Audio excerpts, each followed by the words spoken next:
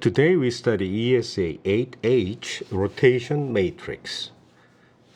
We employ the matrix representation in the two-dimensional Cartesian coordinate system whose unit basis vectors are E1 hat and E2 hat. The E1 hat is the unit vector along the x-axis and the E2 hat is the unit vector along the y-axis. Therefore, the components are 1, 0 for the x component and y component, and 0, 1. We rotate this E1 and E2 by an angle of theta to obtain E1 hat prime and E2 hat prime. We make use of the completeness relation to express E1 prime as a linear combination of E1 hat and E2 hat. Directional cosine between these two, E1 and E1 prime, is cosine theta, and directional cosine, because this angle is half of pi minus theta, cosine half of pi minus theta is a sine theta. E2 prime is a linear combination of E1 and E2. Directional cosine between E2 and E2 prime is the theta, so cosine theta, and because the component of the x-axis is minus sine theta, this angle is half of pi minus theta. Therefore, it is minus sine theta. It is opposite direction to the E1 hat. As a result, E1 and E2, their components are cosine and sine, so E1 prime can be expressed in a matrix representation based on the basis of E1 and E2, that is cosine sine. And E2 prime, whose Cartesian components for the x-axis is minus sine theta, that appears in here, and the y component is cosine theta. As a result, E1 prime and E2 prime that can be obtained by rotating E1 and E2 by an angle of theta counterclockwise on the xy plane can be expressed in terms of the original basis vectors whose Cartesian components are cosine sine and minus sine and cosine. So we define the rotation matrix R theta by just copying this column vector here, copying this column vector for the E2 prime in here. So if I rewrite these Cartesian components in terms of the scalar product among basis vectors between the original coordinate system and the rotated coordinate system, so the prime system, is expressed as a rotation matrix. In general, a vector is a linear combination in two dimensions, is a linear combination of E1 and E2. Their Cartesian components are originally A1 and A2. What happens if I rotate this vector? For example, E1 and E2 are given like that, and I have a vector. This A vector is expressed as a linear combination of E1 and A2 prime, E1 and A2. What happens if I rotate this vector by an angle of theta counterclockwise? In that case, there are two ways to express them. The first one can be expressed as the same Cartesian components except that the basis vector are replaced with the prime system. And that means we have E1 prime and E2 prime hat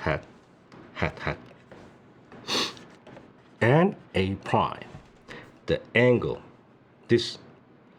suppose that this is angle alpha, that's angle alpha, and this angle is beta. These two angles are the same, and then the Cartesian components of this prime vector A prime in terms of the rotated coordinate system's basis, E1 prime and E2 prime, must be invariant.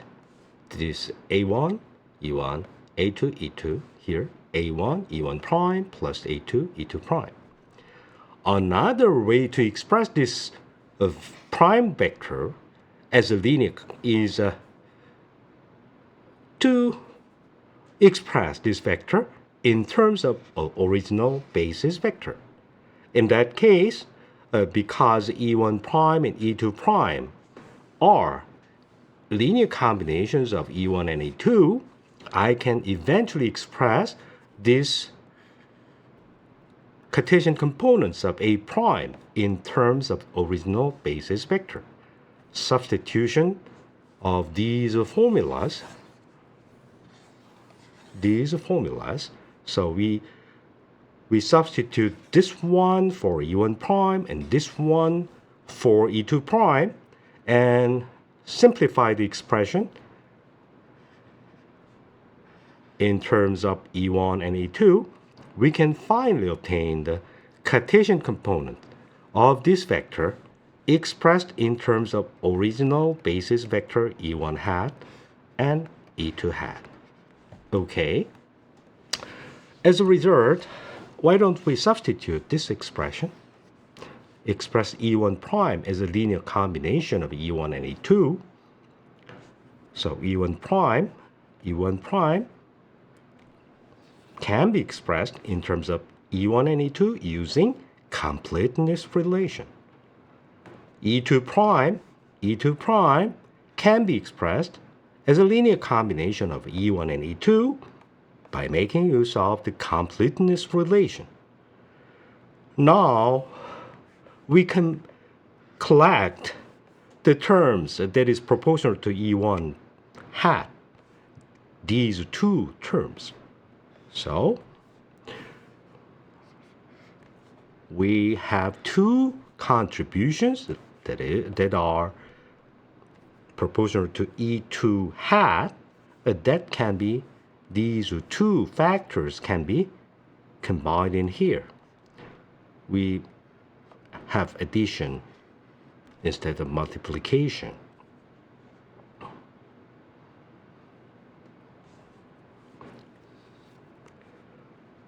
Therefore, this is A1 prime and this is A2 prime. A1 prime is this, just I copied this, and A2 prime is this. All right. We are familiar with these kind of expression. This can be, right-hand side can be expressed as a multiplication of a rotation matrix and column vector of original A vector. Replacing these scalar products in terms of directional cosines, they are cosine sine and minus sine cosine based on of our previous definition. As a result, we call this one the rotation matrix. In physics, rotation is considered as an active process. That means we rotate a physical vector. In usual mathematics textbook, they do not prefer the active transformation. Instead, they use a passive rotation. That means keeping mathematics usually keeps the vector itself, and they are more focused on the change of basis, keeping the physical object invariant. In physics, vector itself, we focused on the effect of the rotation of a vector itself. Okay, that's the reason why the rotation matrix has a usually different sign. In mathematics textbook, usually negative sign is here, and this one has the positive sign. That's the reason why mathematics focuses on the coordinate transformation, keeping the vector invariant. In physics, we like to transform a vector, keeping the observer the same. Okay? Finally, we can find a relationship between the basis vector relations. For example, these are the Cartesian components transformation rule under the rotation of a vector. This is a carbon copy of this completeness relation. If we look at the rotation rule, the systematic rule for the rotation of basis vectors, we find the sign is negative because it is a passive rotation, keeping the vector the same, but we rotate the basis vector. As a result, we find that these two vectors are identical to each other, except that the column is replaced with row. Column is replaced with row. This kind of transformation, keeping the diagonal component the same and exchanging the off-diagonal elements above and below the diagonal, we call this one transpose operation.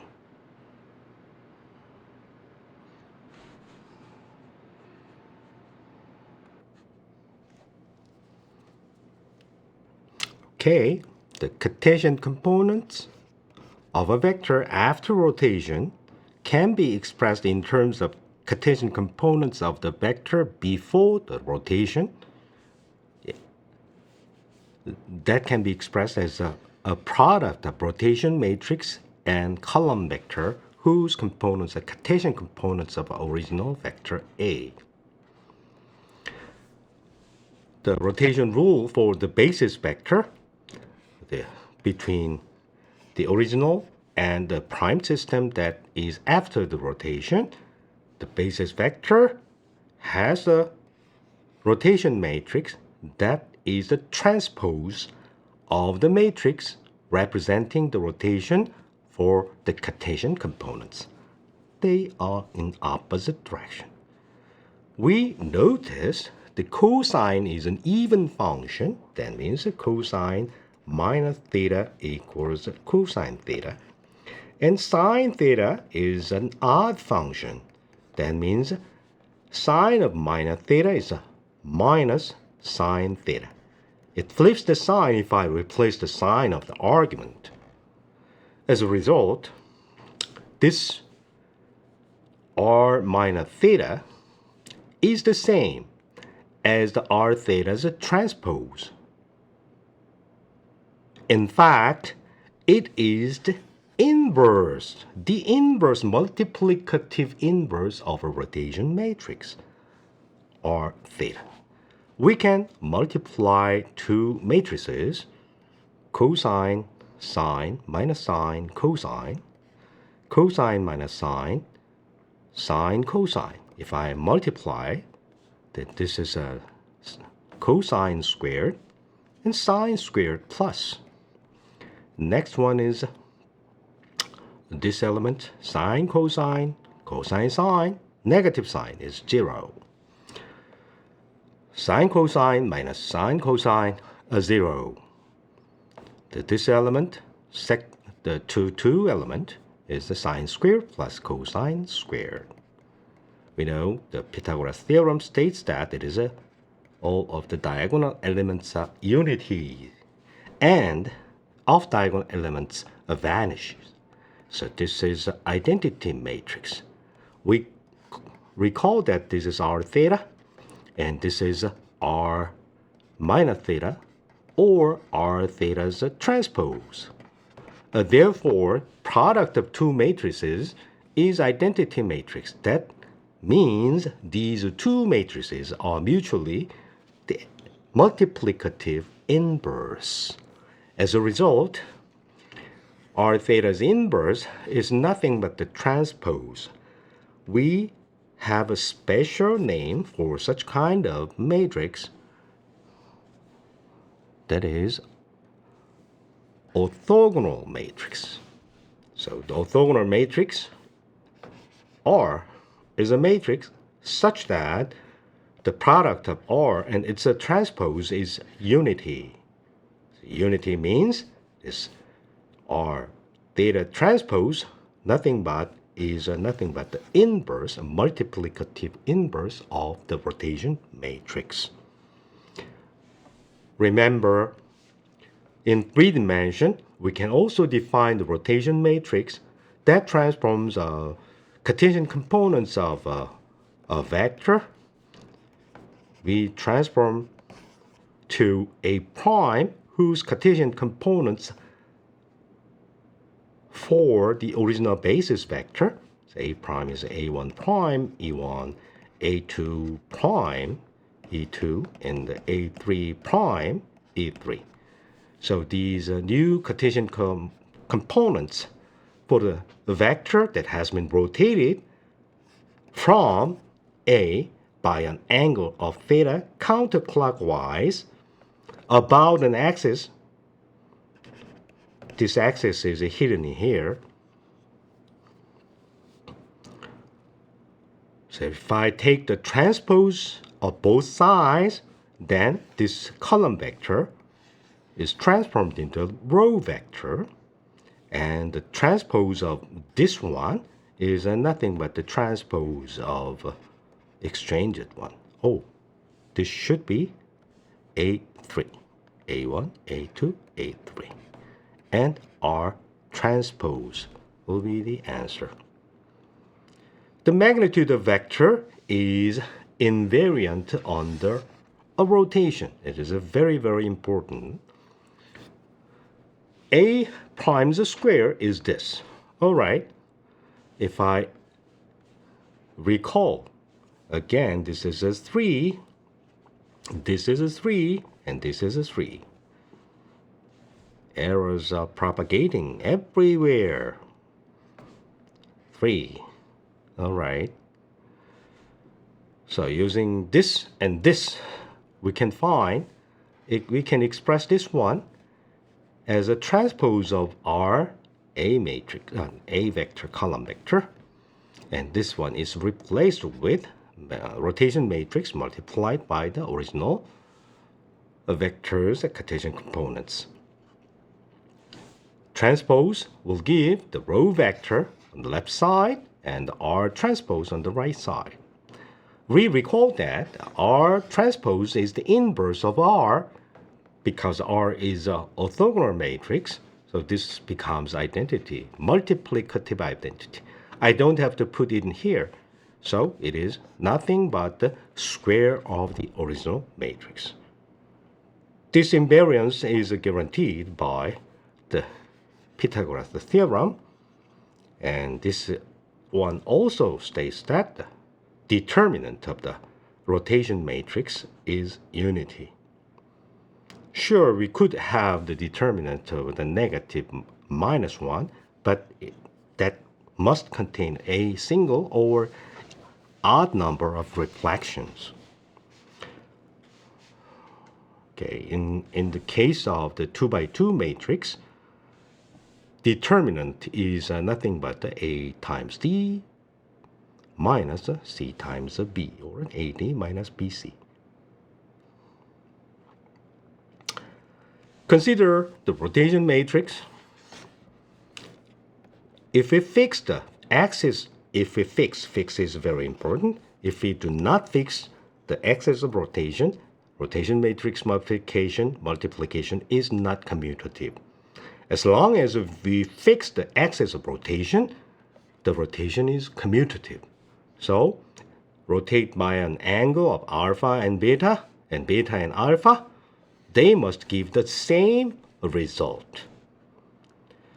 And direct multiplication of this rotation matrix will give another resultant rotation matrix. It's straightforward to compute the multiplication of two matrices, the cosine, minus sine, and this element, sine, cosine, addition. And this one will give this element, cosine, sine, cosine, both of them have negative signs. And the two elements, this one and this one,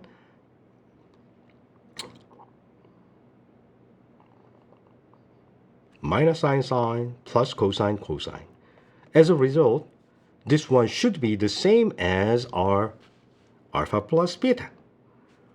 From here, we can find this one must be the same as cosine alpha plus beta, and this one must be the same as the sine alpha plus beta. So trigonometric addition formula can be obtained directly from the multiplication of two rotation matrices with a fixed axis of rotation. That's it for today. Thank you.